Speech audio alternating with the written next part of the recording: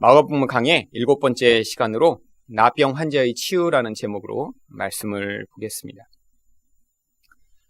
예수님이 이 땅에 오셔서 행하신 많은 일들은 그분이 우리를 구원하기 위해 오신 메시아이시며 바로 구약성경이 약속하고 있던 그분이심을 증거하는 것이었습니다.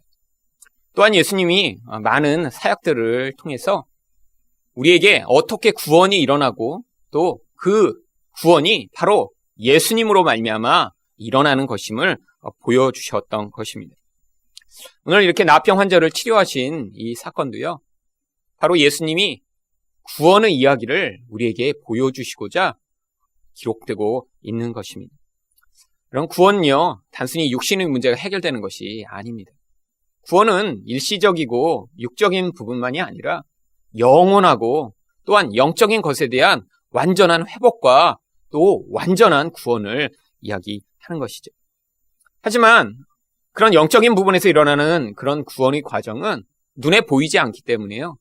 이렇게 눈에 보이는 어떤 과정과 어떤 모습을 통해서 보여주지 않으면요, 그것이 무엇인가 우리는 전혀 알 수 없기 때문에 여기서도 예수님이 이런 나병이라고 하는 병을 치료하시는 그 과정을 통해 보이지 않는 그 구원의 이야기를 우리가 마치 눈으로 볼 수 있는 것처럼 보여주고 계신 것입니다. 이 나병이라고 하는 이 병은 사실 사람들이 아주 두려워하고 무서워하는 병이죠. 나균이라고 하는 균에 의해서 생기기 때문에 나병이라고 불립니다. 또한 이 균을 노르웨이의 한센이라고 하는 분이 처음 발견했기 때문에요, 그래서 한센병이라고도 불리고 있습니다. 그런데 이 나균에 감염이 되면요, 바로 이렇게 나병이 생기는 게 아니라 잠복기가 5년에서 20년이나 된대요. 몸속에 균이 서서히 확장하다가요, 어느 순간에 그게 피부로 나타나고, 그리고 그제서야 사람들은 자신이 나병에 걸린 줄 알게 되는 것이죠. 이 나병이 무서운 게요, 나병 자체가 몸을 죽이고 또 이렇게 고통을 만들어내는 게 아니라요, 몸에 있는 통점과 압점이라고 하는 감각을 느끼는 세포들을 죽여서 몸에서 뜨겁거나 차갑거나 아프거나 하는 그런 감각을 전혀 못 느끼게 만드는데 그 무서운 증상이 있습니다. 감각을 못 느끼니까요, 뜨거워도 그냥 잡고요, 아파도 계속 만지다가 자꾸 세균에 감염되고요, 그 감염된 것이 점점 악화되고, 그런데도 통증을 느끼지 못하니까 치료받지 않다가 결국엔 말초부터 몸의 기관들이 다 썩어 문드러져 잘라져 나갑니다. 그런데 바로 이런 무서운 나병을 통해서요, 이 죄의 모습, 또 그 죄가 어떻게 예수님으로 말미암아 치료되는지를 성경이 우리에게 가르치고자 하는 것입니다. 구약 성경에선 특별히 이 나병을 하나님의 심판으로 여겼습니다. 그 대표적인 경우가 민수기 19장 9절에서 10절에 나오는 미리암이 받은 바로 이런 심판입니다. 여호와께서 그들을 향하여 진노하시고 떠나시매 구름이 장막 위에서 떠나갔고 미리암은 나병에 걸려 눈과 같더라. 아론이 미리암을 본즉 나병에 걸렸는지라. 하나님이 심판하시니까 이 미리암이 나병에 걸립니다. 그리고요, 하나님이 심판에 의해 이렇게 금방 나병에 걸린 것을 사람들은 다 알아보죠. 그래서요, 이렇게 하나님이 심판으로 나병에 걸린다고 구약 사람들은 생각했기 때문에 이 나병은 하나님이 치료하시지 않으면 절대로 치료가 불가능하다는 생각을 가지고 있었습니다. 그런데 하나님도요, 구약의 율법을 통해 이 나병에 걸린 자는 공동체의 모든 자리로부터 완전히 분리되고 또 사람들로부터 떨어져 외롭게 살도록 명령을 하고 계십니다. 레위기 13장 45절에서 46절을 보시면요, 나병 환자는 옷을 찢고 머리를 풀며 윗 입술을 가리고 외치기를 부정하다 부정하다 할 것이요 병 있는 날 동안은 늘 부정할 것이라. 그가 부정한즉 혼자 살되 진영 밖에서 살지니라. 나병에 걸린 자는요, 직업도 가질 수 없고요, 또 가족과도 함께 할 수 없고요, 사람도 만날 수 없고요, 사람들이 사는 곳에서 떨어져서 사실 외롭게 살아야 합니다. 그래서 이 나병 환자를요, 심지어는요, 걸어다니는 시체라고까지 불렀습니다. 고통스러운 거죠. 무엇보다 가장 고통스러운 게요, 몸이 그렇게 잘라져 나가고 흉측하게 변하는 것보다요, 아무하고도 관계를 맺지 못하고 외롭게 자기가 맺던 모든 관계와 모든 것에서 떠나 살아야 된다는 그 모습. 이게 이 나병이 가져오는 그 고통 가운데 가장 큰 고통이었습니다. 그래서 이 나병 환자들은요, 사람이 있으면 그 사람으로부터 50걸음 이내는 접근을 할 수 없었대요. 유대인들이 관습으로 만들어낸 것입니다. 그리고 사람이 멀리서 오면요, 나병 환자가 지나가다 그들을 마주치면 50걸음이 떨어진 곳까지 달려간 다음에 윗입술을 가리고 거기서 부정하다 부정하다 소리를 질러서 사람들이 자기가 있는 곳으로 오지 못하도록 해야 하는 그런 법이 있었습니다. 왜 이렇게 소리를 질렀냐고요? 이 구약에서 부정하다고 여겨지는 것은요, 그것에 접촉하거나 또 가까이 가는 사람 또한 그 부정함이 전염된다고 사람들은 믿었거든요. 그래서 이 나병 환자는 아무 집에나 들어갈 수도 없었습니다. 이 나병 환자가 어느 집에 들어가 버리면요, 그 집이 오염돼서 이 집을 다 불태워 없애버려야 되는 거예요. 이 나병 환자가 어느 나무 밑에 가서 잠깐 피하면요, 그 나무가 오염돼서요, 나중에 그 나무를 다른 사람이 그늘로 사용할 수 없었다고까지 이야기합니다. 얼마나 그래서 고통스러운 병인가요? 그런데 이 나병에 대해서 성경이 이렇게 여러 가지로 이야기하고 있는 것은요, 이 나병 자체가 무섭고 다른 병보다 악하기 때문이 아니라요, 이 나병이 죄의 증상과 아주 유사한 증상을 가지고 있기 때문에 이 나병을 통해 이 죄가 무엇인가를 우리에게 가르쳐 주시고자 한 것입니다. 이 나병에 대한 진단과 그것을 어떻게 다뤄야 할지 써있는 바로 내용이 레위기 13장에 자세하게 나옵니다. 13장에서는 제사장이 무엇을 나병으로 진단할 것인가 기록되어 있고요. 14장에서는 그것을 치료받은 자가 이제 어떻게 제사장을 통해 그 치료와 회복의 과정을, 제사의 과정과 그 모든 회복의 과정을 거쳐야 할지 기록하고 있습니다.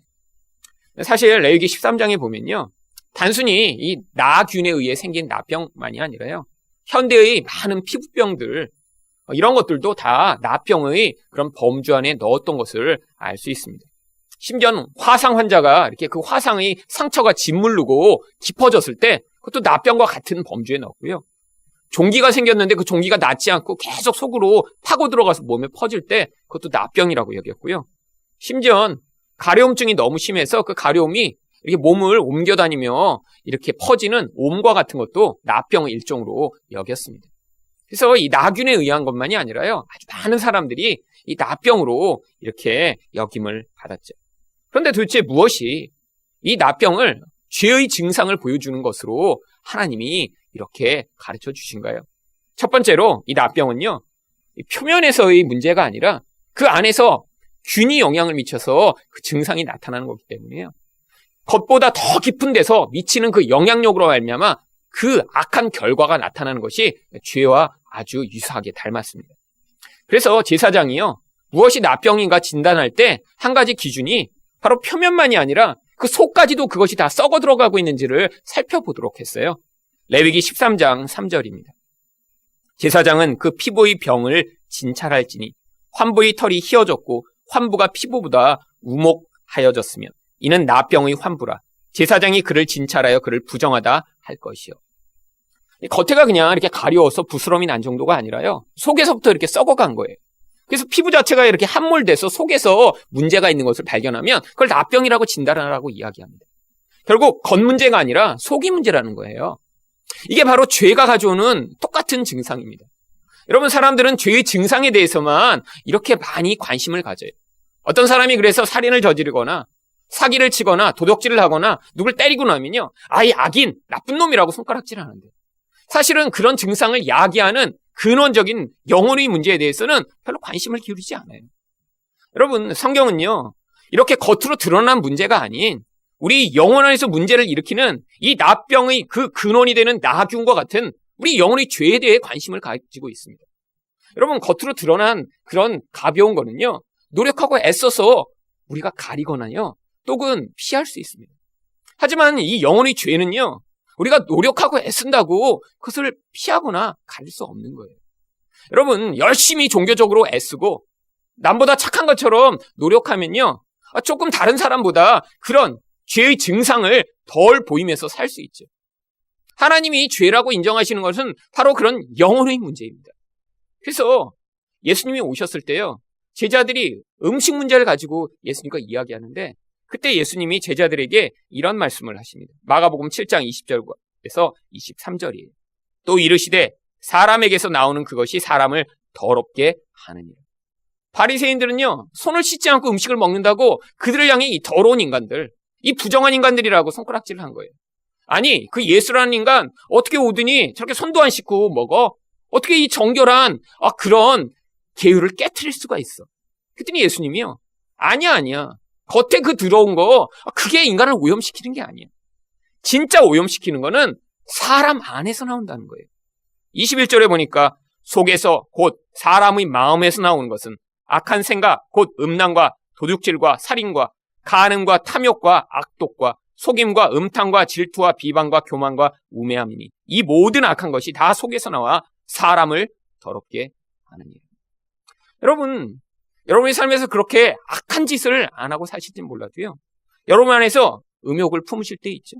남을 미워하실 때 있고요, 속이고 싶은 마음도 들고요, 또 남을 비방하기도 하고 내가 제보는 낫지 않은 그런 교만한 마음을 갖기도 하고요.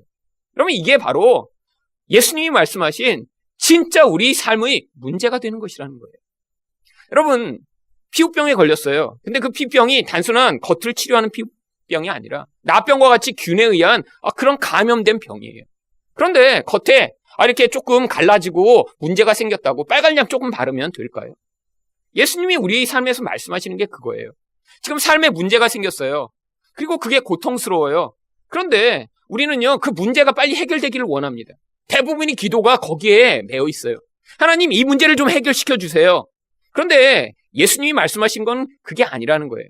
내가 문제를 해결시켜줘도 그 문제의 근원이 되는 중심이 바뀌지 않았기 때문에 이 문제를 지금 해결시켜 주는 것이 너에게 진짜 유익이 안 된다는 거예요. 하나님이 우리 삶에서 늘 요구하시는 게 그것입니다. 내 본질을 바꾸시고자 하나님은요, 우리 삶에 지금 계속 개입해오고 계신 거예요. 그런데 무서운 것은요, 정말 이렇게 하나님이 우리 삶 전체를 통해 우리 본질과 우리 근원을 깨닫기를 원하시는데요, 그것을 잘 깨닫지 못하는 것이 우리들이라는 것입니다. 왜죠? 이 나병의 가장 무서운 증상 중에 하나가 감각을 마비시킨다는 거예요. 여러분, 감각을 마비시켜 온몸에 퍼집니다. 이게 바로 레위기 13장 8절에 나옵니다. 제사장은 진찰할지니 그 병이 피부에 퍼졌으면 그를 부정하다 할지니라. 이는 나병임이니라. 여러분, 감각을 마비시킵니다. 바로 이 죄의 증상이 그렇다는 거예요. 그래서 그 마비된 증상으로 결국 살게 하다가 나중에는 어떻게 만들죠? 죽음을 이야기하죠. 바로 로마서 6장 23절에 그래서 죄의 싹은 사망이다 라고 이야기하는 거예요. 감각이 마비되어 있으니까요, 내게 이 죄가 만들어내는 그 무서운 영향력이 얼마나 고통을 가져오는지 알지 못한다는 거예요. 결국 그게 죽음을 당하게 만드는 요인이라는 것이죠. 또한요, 이 나병은요, 무섭게 전파력을 가지고 있습니다. 그래서 무서운 거죠. 여러분, 누군가 암에 걸렸다고 하면요, 사실 우리는 별로 무서워하지는 않습니다. 그 사람이 되게 불쌍하죠. 왜요? 암은요, 안 옮거든요. 그래서 암 환자가 있다 그러면요, 거기 가서 이제 병문안도 가고 손도 잡을 수 있고 그래요. 그런데요, 여러분, 암이 아니라 폐결핵에 걸렸다. 그럼 가서 손잡고 친한 척 안 하려고 하죠. 사실 메르스가 유행했을 때 어땠나요? 사실 그 전파력에 대한 그 두려움 때문에 실제로 걸린 사람은 얼마 되지 않아도요, 사람들이 다 무서워 떨었죠. 이 나병도요, 전염돼서 문제인 것입니다.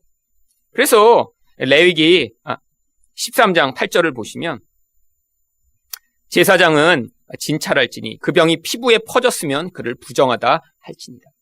온몸에 퍼져간다는 거예요. 그런데 바로 이게 죄의 증상과 똑같다는 것입니다. 그래서 갈라디아서 5장 9절을 보시면 적은 누룩이 온 덩이에 퍼지느니라. 죄가요, 조금 있었는데 나중에 보면요, 한 공동체 전체에 퍼진다는 거예요.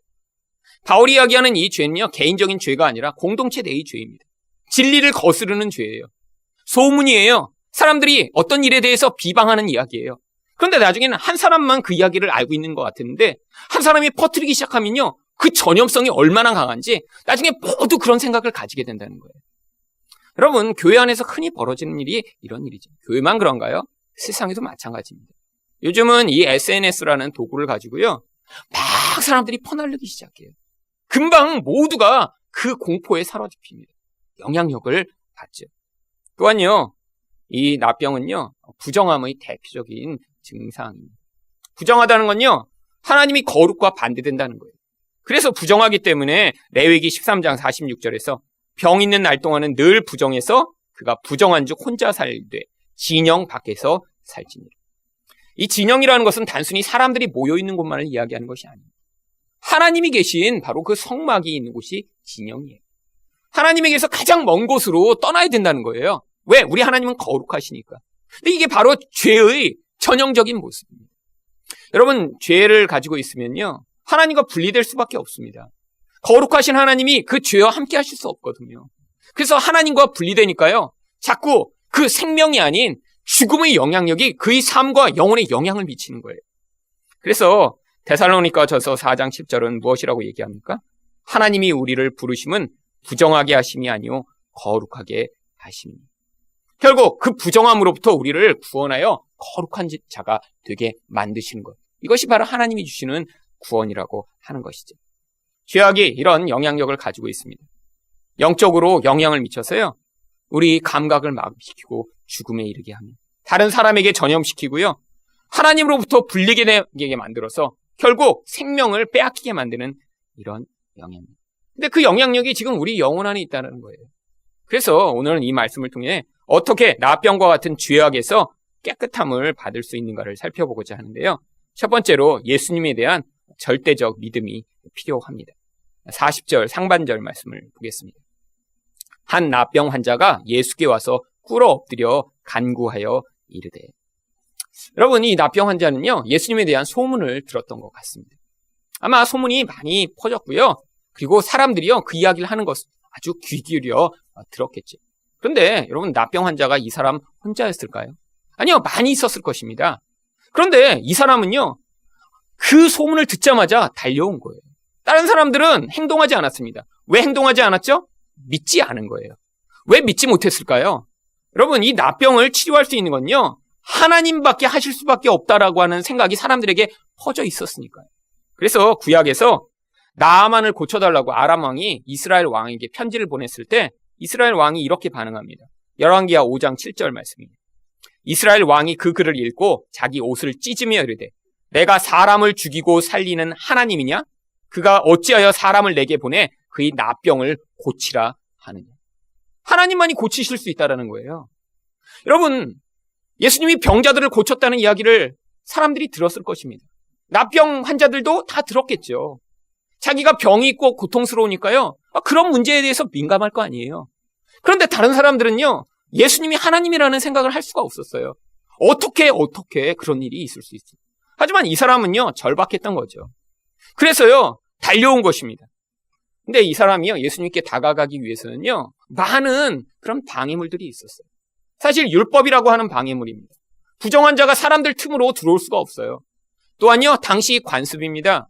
이렇게 나병 환자가 사람들이 있는 곳에 오면요, 사람들이 돌을 들어서 찍어서 죽이도록 되어 있었거든요. 왜? 내가 더러워지니까요. 내가 병에 걸리니까요. 여러분, 그런데 이 사람이요, 예수님께 달려온 거예요. 모든 제약, 모든 방해물을 뚫고요, 그 예수님이 하나님이시고 나를 치유하실 수 있다라는 그런 믿음을 가지고 예수님한테 온 것입니다. 이 사람은 오면서요, 또 예수님이 이 병을 치유할 능력이 있다라는 사실을 믿어 의심하지 않았습니다. 그래서 40절 하반절에 이렇게 이야기합니다. 원하시면 저를 깨끗하게 하실 수 있나이다. 뭐에 달려있다는 거죠? 예수님이 능력에 달린 문제가 아니라는 거예요. 이미 이 사람은요, 예수님이 하나님이시다라는 확신이 있었어요. 그런데 뭐에 이 문제가 달려있냐면 예수님이 원하시면, 예수님이 의지에 달려있다라는 거예요. 예수님이 원하기만 하면 능력은 있으시니까 나를 치료하시겠지? 이게 바로 이 사람의 믿음이었습니다. 그런데요, 여러분, 여기서 이 사람이요, 나를 치료하실 수 있나이다, 나를 온전케 하실 수 있나이다, 이런 표현을 쓰지 않고요, 저를 깨끗하게 하실 수 있나이다 라고 표현합니다. 이게 바로 사람들이 당시에 이 나병에 대해서 일반적으로 가질 수 있는 생각이었어요. 이 나병은 하나님이 주신 그런 죄악에 대한 심판이에요. 그러니까 부정한 병이에요. 사람들이 겉으로 이렇게 고통하고 있지만요, 이 겉의 문제가 아니라고 생각했던 거예요. 영적으로 깨끗해져야 이 문제가 해결받을 수 있다라고 하는 그 생각을 가지고 있었기 때문에 이것을 깨끗게 해달라고 얘기하는 거예요. 치료해달라고 얘기하는 게 아니라. 여러분, 우리 삶에 똑같이 죄가 영향을 미치고 있습니다. 여러분, 근데 제일 큰 문제가 뭔지 아세요? 자기 안에 있는 이 죄의 영향력을 잘 깨닫지 못하고 있는 거예요. 왜요? 여러분, 이 죄를 직시하는 건 고통스러운 과정입니다. 내 안에 있는 이 모든 이기심, 나 자신을 위한 이런 나의 욕망, 또 그 두려움에서 야기하는 그 모든 것, 내 공허감 때문에 사람을 의지하고 돈을 의지하고 나 자신을 의지하는 이 모든 중심적 죄악을 낱낱이 보게 되는 과정이요. 너무너무 고통스러운 작업. 왠지 아세요? 자기를 다 부인해야 되거든요. 내가 세워놓은 내 과거를 다 부인해야 되고요. 내가 옳다고 생각하는 걸 다 버려야 되고요. 그리고 그것을 다 버린 자리에서 정말로 붙들고 싶지 않은 눈에 보이지도 않는 예수님을 붙들어야 되거든요. 여러분, 눈에 보는 거 의지하고 붙드는 게 훨씬 쉽습니다. 그게 훨씬 익숙해요. 여러분, 보이지 않는 예수님 믿는 거요? 가장 어려운 일입니다. 여러분, 교회 다니시면서 예수를 믿는다고 말은 하시고요. 종교적인 행색은 갖추실 수 있지만 우리 본질 안에서 이렇게 내가 의존하는 나 자신이 모든 것을 다 포기하고 그 자리에서 예수만 붙드는 거요? 나 자신을 다 허물고 찢어내는 과정이 필요한 것입니다. 여러분, 그래서요, 쉽지 않은 일이에요. 여러분, 영적으로 정말 우리의 죄를 목도하는 이 과정을 시작하면요, 우리 인생 자체가 다 허물어집니다. 내가 생각하던 나의 지위, 나의 잘난 모습, 내가 중요하다고 여기는 그 모든 것을 내 본질 안에서 포기해야 되거든요. 물론 눈에 보이는 그것, 그냥 존재하는 채로 하나님이요, 우리 삶에서 내 본질을 바꾸실 수도 있죠.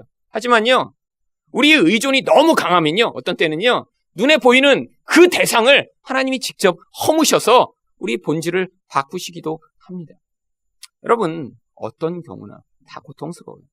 여러분, 눈에 보이는 게 그냥 있는데 그것들 내적으로 포기하는 과정이요, 힘듭니다. 근데 겉에 보이는 그것이 허물어지고 무너지면서 또 내 안에서 붙들고 싶은 그 욕망을 계속해서 목도하며 그것을 붙들 수 없는 그 자리요, 그것도 또 고통스러운 일이에요. 여러분, 근데요, 이렇게 하나님이 개입해 오셔서 우리가 정말로 우리 안에 있는 그 모든 죄악과 그것들을 깨닫게 하시는 과정이 시작되기 전에요, 이런 영적 무감각에 빠진 그런 상태가 사실은 훨씬 더 고통스럽고 악한 거예요. 여러분, 자기의 그런 영적 상태를 알지 못하는 사람들, 대표적인 사람들이 사실 세상 사람들입니다. 제일 문제가 바로 그거예요. 자기가 지금 죽음으로 달려가고 있어요. 이제 30년, 50년 얼마 남지 않은 인생 가운데 그 죽음이 반드시 그의 결국으로 주어질 것입니다. 자기 삶을 통해 생명이 없기 때문에 끊임없이 욕망으로 살아가고 자기 쾌락만을 위해 살아가고 죽음으로 달려가는데 알지 못하는 그 사람들. 여러분, 그 영향력을 사실 계속 받고 있으면서도요, 자기가 죽고 있다는 사실을 인정하지 않는 사람, 이게 사실 제일 무서운 거예요. 여러분, 이게 바로 죄가 만들어내는 가장 무서운 영향력입니다. 그런데요, 세상 사람들 가운데요, 사실 우리가 볼 때는 굉장히 좋아 보이는 모습을 하고 그런 죽음으로 달려가는 사람들 많이 있습니다. 대표적인 사람이 바로 빌 게이츠 같은 사람이죠. 여러분, 돈이 많잖아요. 우리가 볼 때는요, 굉장히 잘 살고 있는 것처럼 보여요. 멋진 삶을 사는 것 같아요. 자선 사업도 많이 하고요. 굉장히 문제가 없을 것 같아요. 그런데 그도 얼마 후면 죽음으로 달려간다는 거예요. 여러분, 이 육신의 한계를 뛰어넘어 영적인 생명으로 가는 길은요, 오직 예수 그리스도 한 분밖에 안 계십니다. 그런데 내가 가진 다른 모든 것이요, 그 생명을 가는 길을 가로막고 있다면 그게 바로 죽음의 도구인 거예요. 돈이 너무 많아서 그 돈 때문에 예수를 붙들지 못하게 만든다면 그 돈이 죽음의 도구인 거예요. 여러분, 우리가 볼 때는 반대로 보이죠. 돈이 많아서 한 번도 돈 걱정 없이 살 수 있다면 그게 축복인 것처럼 여겨지는데 아니라는 거예요. 여러분, 그래서 세상 사람 가운데 돈만이 아니라 능력도 많이 가지고 있고 가정도 화목한 것 같고 문제가 없는 것처럼 보이는 그런 예수 알지 못하는 세상 사람이요, 사실 제일 무서운 죽음의 도구 가운데 사로잡혀 있는 사람들이에요. 우리가 볼 때는요, 되게 부러워 보이죠. 아니, 저 집은 예수도 안 믿는데, 아니, 어떻게 그렇게 잘 살지? 아니, 예수 안 믿는데 아들들은 다 서울대 하버드네? 아니, 예수 안 믿는데 어떻게 저렇게 건강하게 90세까지 사셨지? 여러분, 예수 안 믿고 그렇게 사는 게요, 제일 무서운 거라는 거예요. 만약에 그 사람에게요, 인생 가운데 돈도 하나도 없고요, 맨날 병에 걸려서 고통했고요, 자녀들은 하루가 멀다 하고 가출하고요, 그래서 너무너무 고통스러웠으면요, 아마 예수 믿었을 거예요, 살다가. 그런데 그런 일이 한 번도 없었기 때문에 예수를 만날 기회를 빼앗긴 그 삶, 그게 사실 제일 불쌍한 거예요. 제일. 여러분이 언제 하나님을 깊이 만나셨죠? 인생 가운데 문제가 하나도 없었더니 그때 신앙이 깊어지고 하나님을 향해 여러분 마음이 점점 달려가게 되었나요? 아니잖아요. 문제가 생기고 고통이 생기고 내 힘으로 해결 안 되니까 그때 내가 붙들던 다른 거 내려놓고 예수라고 하는 진짜 생명을 향해 우리 본질이 반응하게 되었잖아요. 여러분, 세상 사람 부러워하지 마세요. 죽음의 도구 가운데 붙들려 있는데 그걸 보면서 참 좋아 보인다. 나도 저들처럼 살았으면 좋겠다.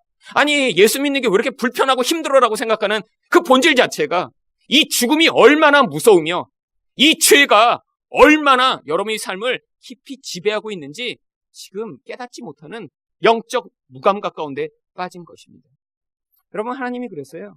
우리 삶에 찾아오시는 거예요.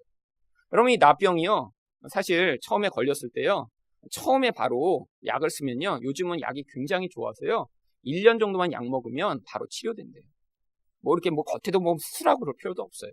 그냥 균이 들어갔을 때 처음에 조금 균이 있네 알면요, 어떤 약은 한 달에 하나만 먹으면 되고요, 약이 항생제가 아주 잘 나왔어요. 그래서 나중에 흔적도 없이 바로 그냥 완전히 치료가 되는 거예요. 그런데 사람들이요, 나병이 이렇게 초기에는요, 약을 먹는 사람이 없습니다. 왜죠? 증상이 안 나타나니까요. 20년이 지나서 몸에 다 퍼진 다음에, 그래서 눈이 하나 뽑혀져 나오고 손이 하나 잘라진 다음에야, 그 다음에요, 이게 왜 그렇지? 라고 그제서야 병원을 찾아오는 거예요. 여러분, 바로 세상에서 사람들을 쾌락과 의존의 대상을 잔뜩 줘서 그 본질이 한 번도 하나님께 반응하지 않으면서도 잘 살 수 있을 것처럼 그렇게 만들어주는 그것, 그게 바로 독이라는 거예요. 하나님이 그래서 우리 인생에 찾아오시는 것입니다. 그렇게 아무런 문제가 없을 것 같은 나의 인생에 하나님이 찾아오셔서 그렇게 내 본질이 죽음 가운데 둘러싸여 있다가 이제 그 죽음으로부터 구원으로 바뀌어 나갈 수 있도록 하나님이 우리 인생을 찾아오시는 것이에요. 두 번째로, 어떻게 나병과 같은 죄악에서 깨끗하게 될 수 있나요? 예수님의 긍휼과 능력이 필요합니다. 41절 상반절 말씀을 보겠습니다. 나병 환자가 이렇게 엎드렸더니요, 예수님이 그를 불쌍히 여기시다라고 성경이 이야기합니다. 여러분, 여기 불쌍히 여기다라고 하는 이 단어는요, 사실 어떤 사본에는요, 예수님이 분노하셨다라고 그렇게 원래 성경에 써있는 사본도 있습니다. 근데 대부분의 성경들은 예수님이 그 나병 환자가 이렇게 엎드려서 저라고 치료해달라고 했더니 예수님이 분노하시다, 이게 약간 문맥상 안 맞았어요. 그냥 성경들이 알아서 다 예수님이 불쌍히 여기시다라고 그냥 이렇게 다 번역을 한 거예요. 근데 이 두 가지 다 사실 말이 되는 그런 원전입니다. 여러분, 예수님은요, 무엇을 불쌍히 여겼을까요? 사실 그 죄가 만들어낸 그 무서운 결과를 불쌍히 여기신 거예요. 예수님은요, 우리 삶을 아십니다. 우리가 얼마나 연약한지 아세요. 그 죄가 얼마나 파괴적으로 우리 삶을 깨트리고 있는지 아세요. 그래서 우리를 불쌍히 여기십니다. 여러분, 예수님은요, 하늘에서 우리가 뭘 잘못했나 회초리 들고 있는 그런 무서운 선생님이 아니에요. 그래서 이 땅에 오신 거예요. 우리가 그렇게 목 놓아 우는 거요, 예수님 다 아세요. 예수님이요, 우리가 그렇게 고통하는 거 예수님 다 아세요. 우리가 관계가 깨어져서 아파하는 거 아세요. 외로워하는 거 예수님 다 아세요. 왜? 예수님이 외로우셨고요, 예수님이 아파 보셨고요, 예수님이 왕따 당해 보셨고요, 예수님이 고통하셨으니까요. 예수님 몸소 자기가 다 경험하셨어요. 그래서 우리가 얼마나 아픈지, 얼마나 외로운지, 얼마나 불행하게 살고 있는지, 얼마나 가난하고 힘들어하는지 예수님이 다 아세요. 여러분, 우리 예수님이요, 우리를 외면하고 계신 거 아니에요. 여러분, 오해하지 마세요. 여러분, 예수님이 여러분의 삶에서 기적을 보이지 않는다고 해서 예수님이 여러분을 외면하시는 게 아니에요. 여러분, 예수님은 다 알고 계세요. 다 느끼고 계시고요, 예수님 진짜로 우리를 긍휼히 여기세요. 근데 예수님이요, 뭐에 또 분노하실까요? 여러분, 예수님이요, 그 사람에게 분노하신 게 아니라 그 사람을 향해 불쌍히 여기시는 거예요. 그런데 그 죄악과 그 죄악의 영향력에 대해서 예수님은 분노하고 계신 거예요. 여러분, 이게 바로 예수님이 가지신 거룩한 분노입니다. 여러분, 이 죄악은 파괴하거든요. 이 사람 예전에 가족과 행복한 시간을 보냈을 거예요. 아이가 뛰어다니는 거 보며 즐거워했을 거예요. 자기 미래를 생각하며 내가 나중에 나이가 들어서 이 아이가 더 잘하면 우리 가정이 얼마나 더 행복할까 생각했을 거예요. 친구들과 즐겁게 놀고 대화하고 춤추는 거 좋아했을지도 몰라요. 그런데 어느 순간 나병이 찾아온 거예요. 삶을 파괴하기 시작했어요. 깨어지기 시작했어요. 분리가 됐고요. 그 사랑하는 가족을 만날 수 없고 친구들과 대화할 수 없고 심지어 하나님 앞에 나갈 수 없는 그런 자가 되어버렸어요. 그게 뭐 때문에 이런 일이 벌어졌죠? 죄 때문에. 여러분, 죄가 우리 삶에 찾아오면 그런 결과를 만들어냅니다. 죄가 들어오면요, 우리를 하나님으로부터 분리시켜요. 우리를 사랑하셔서 가까이 오셔서 우리를 만져주시기 원하고 만나시기 원하고 우리와 함께 하시길 원하는 그 하나님으로부터 분리시켜서요, 자기 혼자 살아가게 만듭니다. 다른 쾌락의 대상을 찾게 만들어요. 엉뚱한 것에 가서 머리를 조아리며 거기서 자기의 만족을 추구하는 그런 인생이 되어버립니다. 하나님에 대한 관심이 점점 없어져요. 교회를 나오고 있어도요, 다른 너무 재밌는 게 많아졌어요. 다른 사람이 재밌고요, 다른 일이 재밌고요, 다른 성취하는 게 즐거워졌어요. 하나님에 대한 생각은 잘 안 해요. 그러니까 교회 오면요, 부담스러운 거예요. 불편한 거예요. 많은 사람들이 그래서요, 서서히 그렇게 자기 다른 사랑을 키워가다가요, 어느 순간에 교회를 떠나버립니다. 왜? 여기 올 때마다 불편하거든요. 근데 왜 불편하죠? 하나님의 사랑이 변한 게 아니에요. 하나님은 그대로세요. 우리를 죽기까지 사랑하시는데 우리 마음이 떠나니까 우리가 하나님을 불편하게 생각하는 거예요. 여러분, 이게 바로 죄가 만들어내는 무서운 영향입니다. 하나님과 분리될 뿐 아니라 근데 죄는요, 사람과도 분리되게 만들어요. 우리가 진짜 사랑한다고 생각하는 그 사람을 죄 때문에 미워하게 되고요, 소리 지르게 되고요, 분노하게 되고요, 그 사람을 욕망의 도구로 이용하게 됩니다. 여러분, 대부분의 부모들이 아이가 태어날 때 얼마나 기쁘고 행복하죠. 이 아이가 나중에 정말 멋진 아이로 자라기를 꿈꾸며 기도하죠. 그런데 대부분의 부모들이 그 자녀를 어떻게 합니까? 자기 욕망의 도구로 삼죠. 그래서요, 그 아이들을 파괴합니다. 밤늦게까지 어려서부터 학원에 보내고 공부를 가지고 계속해서 다그치고요, 자기가 원하는 걸 아이에게 심어서 그것들을 이루도록 만들기 위해 영혼을 어그러뜨려요. 그러면 이게 바로 죄가 만들어내는 영향입니다. 분리하도록 만들어요. 깨지도록 만들어요. 함께할 수 없도록 만들어요. 예수님은 이 죄에 대해 분노하고 계신 거예요.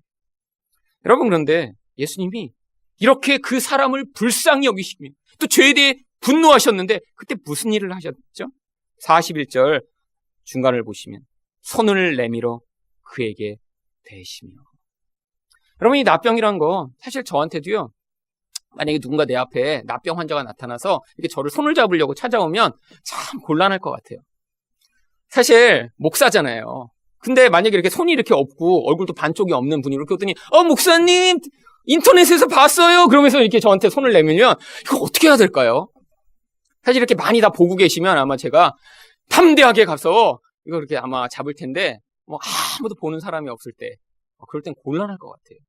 사람들이라도 이렇게 봐주면 그래 죽으면 죽으리라 그러고 가서 그래도 보니까 덥석 잡겠지만 아무도 안 보고 얼마나 무섭고 두려울까요? 사실 다 그러시죠. 여러분, 저 솔직히 납병 환자 한 번도 못 봤습니다. 인터넷에서 사진만 봤어요. 사진만 봐도 무서워요. 옮을까봐 무섭죠. 나도 저렇게 될까봐 무섭죠. 여러분, 근데 예수님이 어떻게 하시죠? 손을 대세요. 예수님이요, 그 납병 환자를 자기 가족처럼 여기신 것입니다. 내 사랑의 대상으로 여기신 거예요. 여러분, 납병에 걸렸다고요, 아내가 그 남편을 향해 저리 가 지저분해 이렇게 할까요? 진짜 사랑하는 엄마고 진짜 사랑하는 아내라면 남편이 그렇게 아픈 그 남편을 가서 붙잡겠죠. 이게 예수님의 마음인 거예요. 왜? 죄로 말미암아 일그러졌지만 자기 아들이고 딸이니까요. 여러분이 오셔서 여러분 인생이 그렇게 찾아오시는 거예요. 여러분, 우리 다 죄로 말미암아 일그러졌어요. 저도 일그러지고요, 여러분도 일그러졌어요. 그 일그러진 죄악이요, 우리 삶, 우리 생각, 우리 관계를 매일처럼 망가뜨리고요. 우리가 영적으로 보면요, 다 납병 환자처럼 더럽고 추한 인간이에요. 근데 예수님이 우리를 보시더니 이 죄로 말미암아 문드러진 인간아 저리 가라라고 하시는 게 아니라 우리가 예수님 앞에 나아가면요, 예수님이 우리를 찾아오시면 우리를 안아주시고 만져주세요. 예수님은 이 일그러진 죄인들을 자기 가족, 자기 사랑의 대상으로 여기시니까요. 여러분, 어떤 신도 이런 신은 없습니다. 여러분, 다른 모든 신은요, 완벽한 인간을 요구해요. 더 열심히 해봐라. 더 애써봐라. 3000배 절을 해봐라. 너를 죽여서 나를 위해 희생을 증명해봐라. 근데 우리 예수님은요, 안 그러세요. 내가 희생했으니까 너는 괜찮아. 내가 너를 위해 대신 죽었으니까 너는 괜찮아. 이 모습 그대로 내가 너를 사랑하고 받아줄게. 그게 바로 우리 예수님이세요.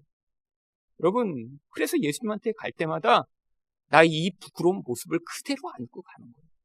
예수님, 제가 조금 더 열심히 살고 멋진 모습을 보이고 그래서 좀 괜찮아지면 갈게요. 여러분, 이거 아니에요.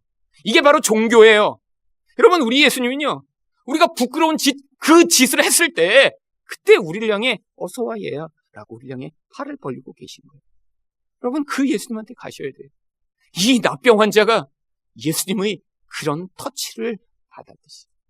여러분, 이 납병 환자가 이렇게 납병에 걸린 다음에 정상적인 사람이, 또 유명한 사람이 자기를 이렇게 가까이 와서 만져준 적이 한 번이라도 있을까요? 아니요. 50걸음 이상 다 떨어져서 아무도 가까이 하지 않았겠지. 그런데 예수님이 처음으로 그를 만지신 거예요. 여러분, 그런데 우리 예수님은요, 그 부정한 자를 만지셔도요, 그 죄에 영향을 받지 않으세요. 왜? 그분은 거룩함 자체니까요. 여러분, 예수님이 죄에 영향을 받으시면 그분도 더러워지잖아요. 아니에요. 그분 자체가 치우며, 그분 자체가 거룩이며, 그분 자체가 능력이니까요. 그분이 그 죄인을 만지고 부정한 자를 만졌는데요, 그때 무슨 일이 벌어지죠? 41절 하반절입니다. 일시되 내가 원하노니 깨끗함을 받으라 하시니, 42절에 그 결과 곧 나타납니다. 곧 나병이 그 사람에게서 떠나가고 깨끗하여진지라. 여러분, 우리 예수님은 능력이 있으세요. 여러분, 의지가 있는데 능력이 없으면 이거 참 불행하죠. 여러분, 누군가 불쌍하고 힘들어요. 근데 도와주고 싶은데 내가 능력이 없어요. 그럼 이런 경우 많이 있죠. 그런데 또 어떤 경우에는요, 능력은 많아요. 근데 마음이 없는 사람이 또 많죠. 소수의 경우입니다. 부자들은 대부분 능력은 있잖아요. 근데 마음들이 없어요. 사실 전 세계 1%의 부자들이요, 전 세계 50%의 그 물질을 다 가지고 있대요. 그러니까 이 1%의 부자들만 돈을 풀면요, 전 세계가 다 평균적으로 다 부자 돼서 잘 살 수 있는 거예요. 근데 그 1%는요, 마음이 없어요. 대부분 가난한 사람들은 마음이 많아요. 근데 돈이 하나도 없어요. 이게 인생의 문제죠. 여러분, 예수님이요, 마음이 많으세요. 아유, 불쌍하지? 내가 좀 도와주고 싶은데 능력이 없으면 어떻게 될까요? 무능한 하나님이시겠지. 만약에 근데 우리 또 예수님이요, 능력은 많아요. 힘은 많은데 안 도와주세요. 우리가 앞에 나아갔는데 언제 치료를 받을지, 우리가 구원받을지 잘 알지 못해요. 저분이 나를 치료해 줄까? 근데 확신이 없어요. 이슬람 사람들처럼. 근데 그렇지 않다는 거예요. 우리 예수님은요, 능력도 많으시고, 우리 예수님은요, 치료하실 수 있는 마음도 많으세요. 우리가 예수님한테 무릎을 꿇으며 나아가기만 하면 예수님이 우리를 넉넉히 치료해 주시는 분이시라는 것입니다. 마지막으로 어떻게 나병과 같은 죄악에서 깨끗하게 될 수 있나요? 예수님이 죄인과 자리를 바꾸셔야 합니다. 43절에서 예수님이 그런데 이렇게 말씀하세요. 곧 보내시며 엄히 경고하사. 이 경고하다는요, 아주 강한 단어입니다. 다른 데서는요, 심하게 분노하다라고까지 번역되는 단어예요. 아니, 갑자기 막 화를 내듯이 예수님이 아주 엄하게 말씀하시는 거예요. 뭐라고 말씀하셨죠? 44절 상반절에. 이르시되 삼가 아무에게 아무 말도 하지 말라. 아니, 이렇게 놀라운 일을 행하신 다음에 왜 아무 말도 하지 말라고 하세요? 이게 사역 초기였기 때문에요. 이 예수님에 대한 이런 놀라운 사건이 퍼지면요, 예수님이 바로 그 메시아다, 하나님이시다라는 그런 소문이 퍼지면요, 이제 이 종교 지도자들에게 핍박을 받으시다가 이 사역을 마치지 못하고 방해가 너무 많을까봐 말하지 말라고 하신 거예요. 사역을 충분히 다 하신 다음에 그 과정에서 이제 예수님이 이 종교 지도자에게 핍박을 받고 죽임을 당하시는 그 계획을 이루시기 위해서예요. 그리고요, 두 번째 뭐를 말씀하시죠? 44절 하반절입니다. 가서 내 몸을 제사장에게 보이고 내가 깨끗하게 되었으니 모세가 명한 것을 드려 그들에게 입증하라. 바로 구약의 율법대로 행하도록 명령하십니다. 예수님은요, 율법을 폐하러 오신 분이 아니에요. 그 율법을 완성하시고 계심을 보여주는 것이죠. 그랬더니 납병 환자가 어떻게 반응했나요? 45절 상반절입니다. 그러나 그 사람이 나가서 이 일을 많이 전파하여 널리 퍼지게 하니. 여러분, 이 사람이 왜 이렇게 널리 전파했을까요? 첫 번째는 자기가 치료받았으니까 엄청 기뻤겠죠. 여러분, 근데 이 한 가지만이 이유였을까요? 어떤 사실을 널리 퍼뜨리는 사람들이 그 근원 동기를 추적해 보면요, 단순히 내가 이익만을 얻어서가 아닙니다. 놀라운 일을 경험하고 놀라운 일을 행했으면요, 사람들이 관심을 얻기 위해서 그 사실을 널리 퍼뜨리는 경우가 굉장히 많아요. 여러분, 지금 페이스북이나 이런 SNS에서 뭐 재미있는 어떤 스토리, 또 사람들이 관심 있는 이런 내용을 막 퍼서 날리는 사람들 많아요. 왜 그러죠? 너무 재밌으니까 사람들한테 이거 꼭 알려서 같이 즐거워해야 돼.